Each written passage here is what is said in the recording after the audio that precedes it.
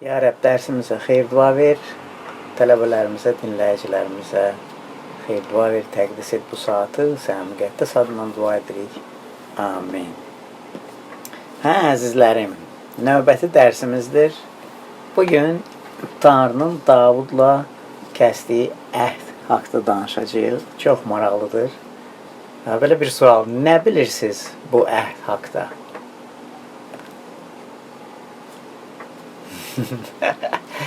Çox maraqlıdır. 2-ci Şamul 7-ci fəsil bu kitabda qeyd olunur. 1-ci Səlnamələr 17-ci fəsil və 2-ci Səlnamələr 6-cı fəsil. Biz toxunacağıq o bəndlərə. Ancaq bunu yazın ki, Tanrı Davudla əhd bağladı və həmən bu əhd İsa Məsihdə baş verdi. Vəd olunanlar İsa Məsihdə baş verdi. 2-ci Şamuel 23:5 orada yazılıb ki, Davud deyir ki, o mənimlə əbədi əhd bağladı, kamil və tam təminatlı əhd bağladı. Amin. 2-ci Səlnamələr 21-ci fəsil 7-ci bənd deyilir ki, Rəbb Davudla etdiyi əhddən ötürü çox rəhm və mərhəmət göstərdi. Zəbur 89 da çox gözəldir. 3-cü bənd yaza bilərsiniz. Öz seçdiyimlə əhd kesmişəm. Qulum Davud üçün belə and içmişəm. Bu 3-cü bənddə. 4-cü bənddə də deyir ki, mən nəslini əbədi sarsılmaz edəcəyəm. Sülaləni taxtında sonsuzadək yaşadacağım. Oldu, heyrətamizdir bu. Sonra 28-ci bənd. Ona daim məhəbbətimi göstərəcəyəm. Sadiq qalıb əhdimi pozmayacağam. 29-cu bənd. Onun nəslini əbədi yaşadacağam. Göylər durduqca taxtını saxlayacağam. Və sonra da 34 və 35-ci bənd. Deyilir ki, öz əhdimi pozmaram. Dilimdən çıxan sözləri dəyişmərəm. 35-ci bənddə də deyilir ki, müqəddəsliyim naminə bir dəfə and içmişəm, Davuda yalandan söz verməyəcəm. Oldu, bu 89-cu zəburdur. Çox gözəldir, elə əhd haqda danışır. Və 36-cı bənddə deyir ki, sülaləsi taxta əbədi qalacaq və onun taxtı hüzurunda günəş kimi duracaq. Amin. Həmən bu əhd haqda biz oxuyuruq 2-ci Şamuel 7-ci fəsil. Diqqətlə oxuyarsınız, elə 3-cü bənddən başlayır və Peyğəmbər Nafan Davuda deyir ki, bu əhd əbədi əhddir padşahlıq üçün. Peyğəmbər Mixey də bu haqda danışıb ki, Betlehemdən hökmdar gələcək. Bu da ona bağlıdır. Mixey 5:2 qeyd edin. 5-ci fəsil 2-ci bənd. Yadınızdadırsa deyilir ki, ey Betlehem Efrata, mənim üçün İsrail üzərində hökmdar səndən çıxacaq. Və Daniel Peyğəmbər də bu haqda deyir, o bəşər oğlunu görmüşdü.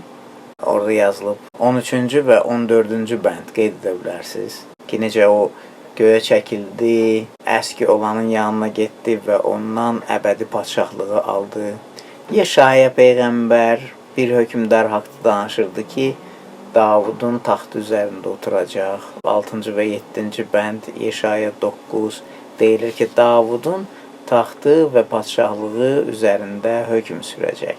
Bu peyğəmbərliklər İsa Məsihdə həyata keçdi və Bibliya bizə aydın göstərir ki, o Davudun nəslindəndir, Yahuda qəbiləsindən və Yaqub öz oğlanlarına xeyir dua verəndə o bu sözləri demişdi, Yaradılış kitabı 49:10, padşahlıq əsası Yahudanın əlindən getməyəcək. Hökmranlıq əsası onun nəslindən itməyəcək. Və Bibliyada çoxlu peyğəmbərliklər var həmən bu əhd haqda və xüsusilə Davud haqda ki, göstərdi ki, onun nəslindən bir padşah gələcək ki, Tanrının xalqı üzərində əbədi olaraq padşahlıq edəcək, necə ki, Davud padşahlıq edirdi.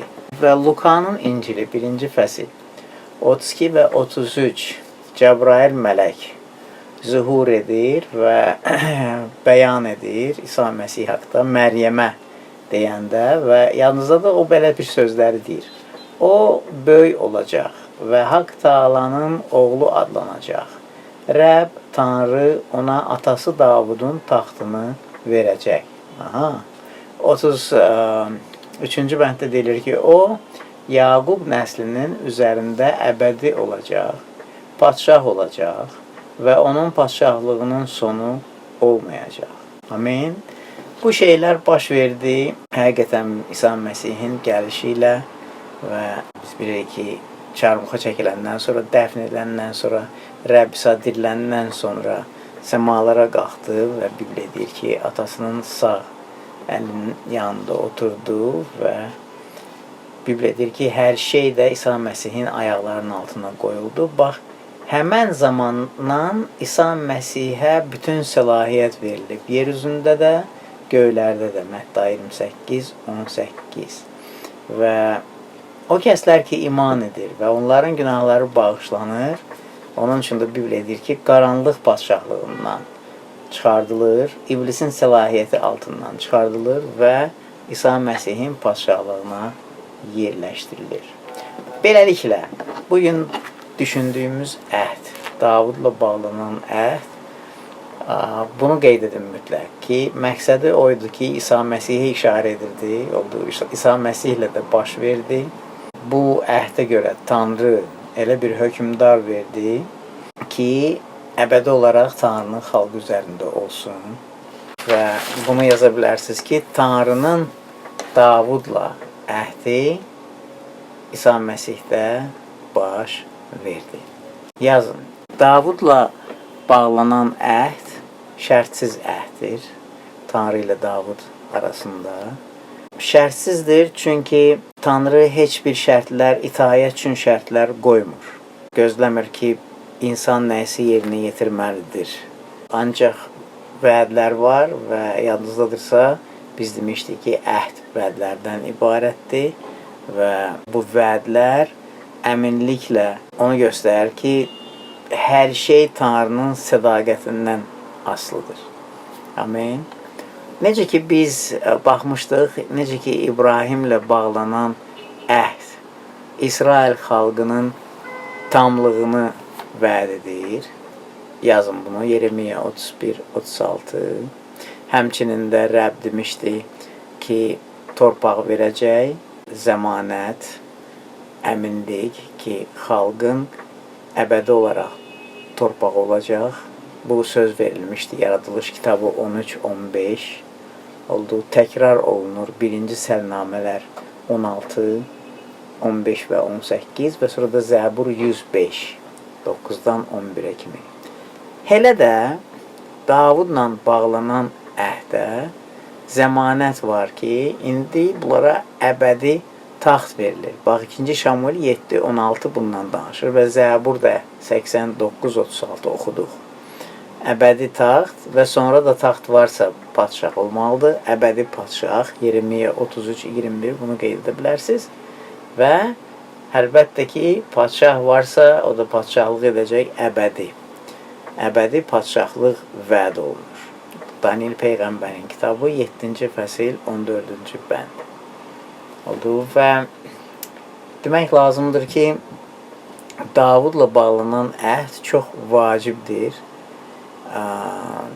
O şeydəki təsdiq edir minillik padşahlığı, hardakı İsa Məsih yer üzündə padşahlıq edəcək və yenidən dirilən padşah Davud, necə ki biz diriləcəyik, o padşahlıq edəcək, İsa Məsihin səlahiyyəti altında bir şahzadə kimi İsrail evinin üzərində.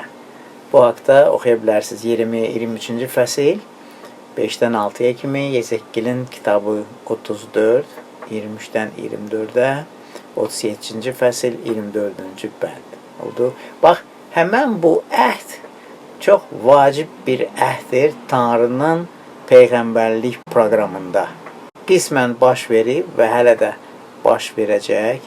Yenə də bu şərtsiz əhddir, çünki Tanrı heç bir itaət şərti qoymayıb, ancaq Tanrı yerinə yetirir. Bir neçə hissəsi var, bunu istəyirəm ki, yazasız, qeyd edəsiz, çox vacibdir. Birincisi, Davudla bağlanan əhd əsaslanır bax bu vacib vədlər üzərində. Rəbb xüsusilə bunları Davuda söz verib. Birincisi, Tanrı bir də təsdiq edir ki, torpaq veriləcək. Necə ki, demişdi İbrahimlə olan əhdə, Musa ilə olan əhdə ki, İsrailin torpağı olacaq, doğma torpağı və bunu qeyd edim, bu vəd görünür 2-ci Şamul 7-ci fəsil 10-cu bənddə. İkincisi, Tanrı vəd verir ki, Davudun oğlu padşah olacaq İsrailin üstündə və Tanrı üçün məbəd tikəcək. Kimdir bu oğul? Süleyman. Davudun neçə evladı vardı, bilirsiniz? Əslinə qalsa 19 evladı vardı. Bəli, çox maraqlıdır. Və bu haqda bəlkə vaxtımız olacaq danışmağa, ancaq müxtəlif zövcələrdən onun 19 evladı vardı və indiki bu vəddə Süleymandan söhbət gedir ki, o məbədi tikməlidir. Əlbəttə ki, Davud istəyirdi tiksin məbədi Tanrı üçün. Ancaq Tanrı belə seçdi ki, Davudun övladı Süleyman tikəcək. Və bu vədi görürük 2-ci Şamuel kitabı 7-ci fəsil 12-ci və 13-cü bənddə. 3-cü vəd hələ 13-cü bənddədir. Deyilir ki, mən padşahlığı təsbit edəcəm əbədi. Əbədi sözü çox vacibdir. Və bunu oxuyuruq.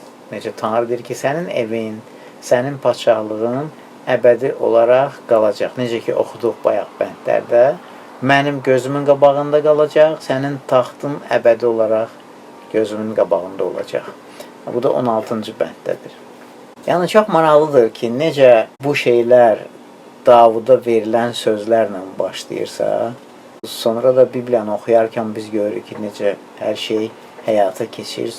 Süleyman həqiqətən məbədi tikir və möcüzədir. İzləmək Tanrının verdiyi o vədlər, o kəsdiyi əhdə necə sadiqdir, onu görmək ləzzət edir.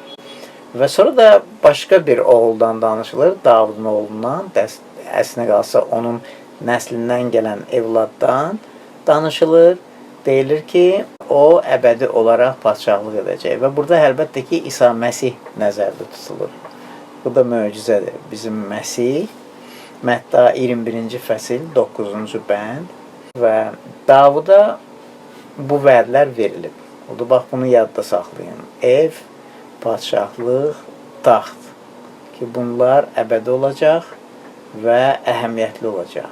Odur, və bu da ona istiqamətləndirir ki, Məsih gələcək, Davudun nəslindən gələcək və əbədi olan padşahlıq təsbit olacaq və İsa Məsih əbədi olaraq padşahlıq edəcək. Əbədi sözü burada vurğulanır.